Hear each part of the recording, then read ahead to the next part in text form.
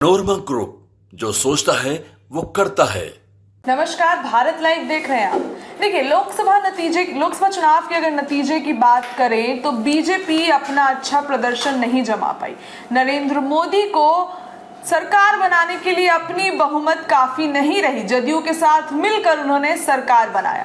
अगर 2019 के आंकड़ों की बात करें तो बीजेपी इस बार बहुत कम पे रह गई। 400 का नारा लगाने वाले 300 के पार भी नहीं पहुंच पाए। तो अब एक बार फिर से राज्यसभा से भी बीजेपी के लिए एक अच्छी खबर नहीं आ रही है। आपको हम ऐसा क्यों बोल रहे हैं, इसके पीछे की पूरी जानकारी बताते हैं। बता दें कि राज्यसभा में सत्ताधारी भाजपा की ताकत अब कम हो गई है। भाजपा के 4 मनोनीत सदस्य शनिवार को सेवानिवृत्त हो गए, जिससे पार्टी के सदस्यों की संख्या अब 46 रह गई है। वहीं एनडीए के सदस्यों की संख्या घटकर 101 रह गई। वर्तमान में राज्यसभा की कुल क्षमता 19 खाली सीटों के साथ 226 सीटें की है। हालांकि एनडीए आगामी बजट सत्र के दौरान 7 गुटनिरपेक्ष मनोनीत सदस्य, 2 निर्दलीय और 2 जैसे मित्र दलों के साथ से सदन में महत्वपूर्ण विधेयक पारित करा सकते हैं। बता दें कि कुल खाली 19 सीटों में से 4 सीटें जम्मू कश्मीर की है और वहां विधानसभा चुनाव के बाद ही राज्यसभा चुनाव होंगे। 4 सीटें नामित सदस्यों की खाली है। दूसरी ओर 4 सीटों पर चुनाव होना है। इसमें महाराष्ट्र, तेलंगाना, मध्य प्रदेश, त्रिपुरा, राजस्थान, हरियाणा और असम शामिल है।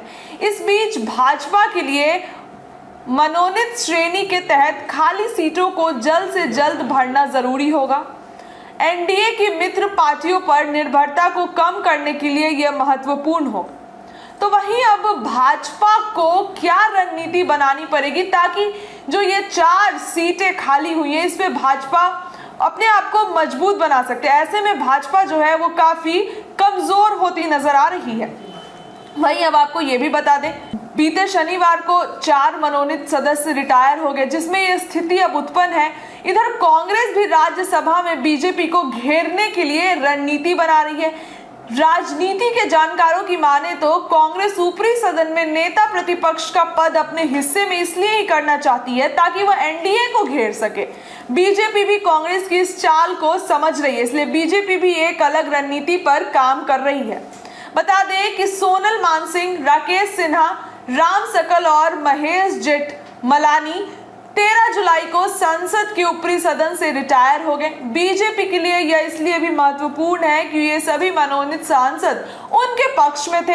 अभी राज्यसभा में 226 सांसद और 19 सांसद के पद खाली हैं। ऐसे में एनडीए के सामने बिलों को पास कराने में कुछ मुश्किलें आ सकती है। हालांकि बीजेपी के समर्थन में 7 गुटनिरपेक्ष मनोनीत सांसद, 2 निर्दलीय और आईडीएमके और वीआईएसआरसीपी जैसे दल हैं, लेकिन बीजेपी हमेशा अपने दम पर काम करती नजर आई है। अब देखने वाली बात होगी किस तरीके से बीजेपी अपनी रणनीति बनाती है और इसके साथ ही सांसद जो 4 सीटें खाली हुई हैं, इसमें कैसे किसी और को लाती है। अब इससे मिलकर तमाम जो भी खबरें हैं लगातार आप तक पहुंचा रहे हैं। ऐसी खबरों के लिए बने रहिए भारत लाइव के साथ। बहुत बहुत धन्यवाद। पनोरमा ग्रुप, जो सोचता है वो करता है। अगर ये वीडियो पसंद आई और वह बिहार के राजनीति और बिहारियत से सरोकार रखेनी तो सब्सक्राइब बटन दबा के चैनल के सब्सक्राइब कर ली। ओजे एगो घंटी बा, ओकरा बटन दबा देला से कुल सटीक और मारक खबर रुआ मुफ्त में मिल जाई। अगर रुआ पत्रकारिता के हमनी के नया प्रयोग में सहयोग कर चाहतानी तो ज्वाइन बटन दबा दी। पेटीएम नंबर नोट कर ली 9386816700।